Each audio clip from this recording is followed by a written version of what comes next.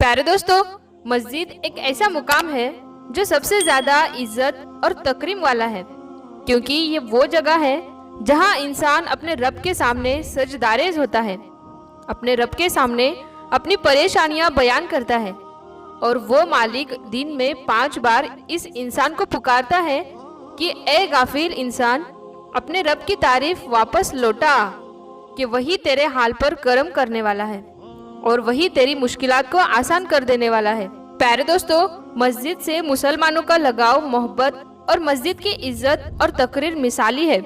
लेकिन क्या आप ये जानते हैं कि पाकिस्तान के अंदर 100 साल पुरानी मस्जिद को जब खोला गया तो इसके तहखाने से ऐसी क्या चीज बरामद हुई कि जिसने लोगों को हैरान कर के रख दिया। दोस्तों, आज की वीडियो में तफसील से इस पर बात की जाएगी, लिहाजा इस वीडियो को आखिर तक जरूर देखिएगा और वीडियो को लाइक करें या ना करें, लेकिन इस वीडियो को आप जरूर पूरा देखें। दोस्तों, लफ्ज मस्जिद सजदे से निकला है। सजदा यानी अल्लाह के सामने अपने पेशानी को जमीन पर रखना और इस बात का इकरार करना कि ए मालिक, तू ही सबसे बड़ा है, तू ही रिज़्क देने वाला है। सेहत, बीमारी, परेशानी, खुशी, घर के हर चीज तेरे जानिब से है। लिहाजा जिस जगह पर सजदा किया जाए उसे मस्जिद कहा जाता है। इस्लाम की तारीख जितनी पुरानी है, मस्जिद की तारीख भी उतनी ही पुरानी है।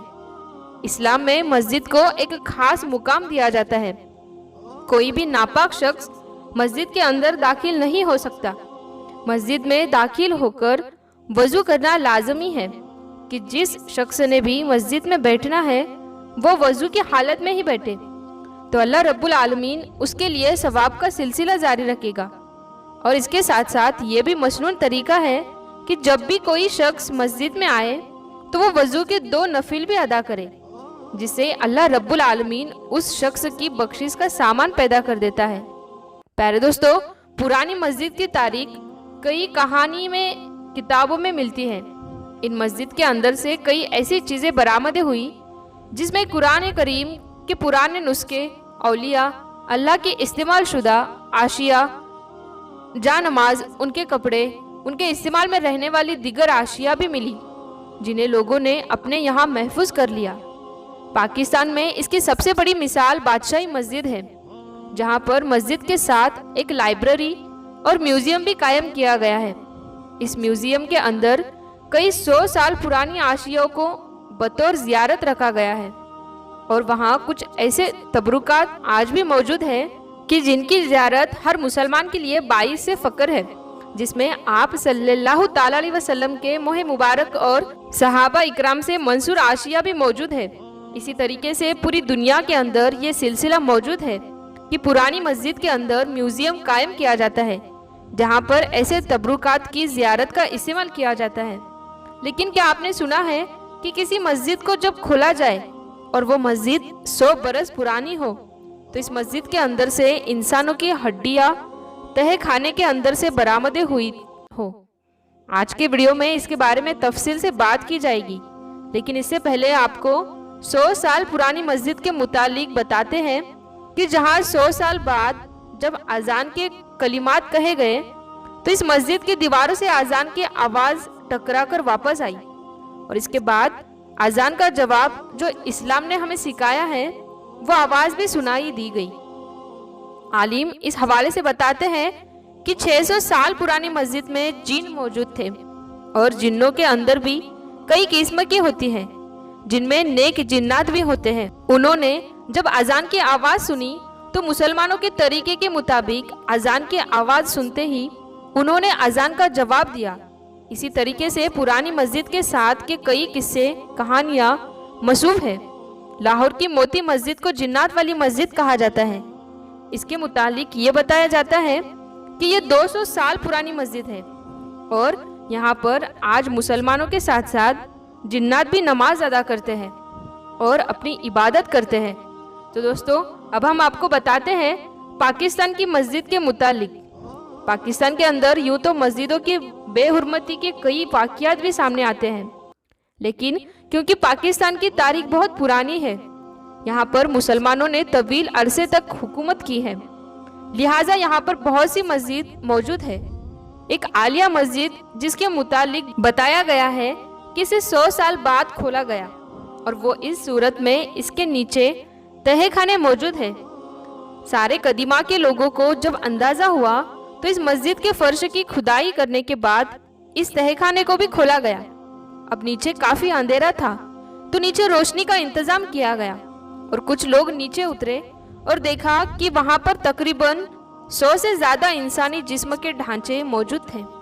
ये देखते ही वहां मौजूद तमाम लोगों की पहले तो चीख निकल गई, लेकिन फिर फौरी तौर पर इन ढांचों को साइंसी तर्जुबा करने और इनके मुतालिक मस्जिद तफसील आप जानने के लिए वहां से दूसरी जगह पर मुस्तकिल कर दिया गया, जबकि इस मस्जिद के नीचे मौजूद तहखाने के अंदर से बहुत से दीगर सैंपल भी ले लिए गए। इसके बाद जब तारीख की किताबों को देखा गया तो कुछ लोग ये बताते हैं कि यहाँ पता चला कि दरअसल ये किसी बादशाह की कैद का और जेल का एक तहखाना था, जहाँ पर लोगों को कैद किया जाता था।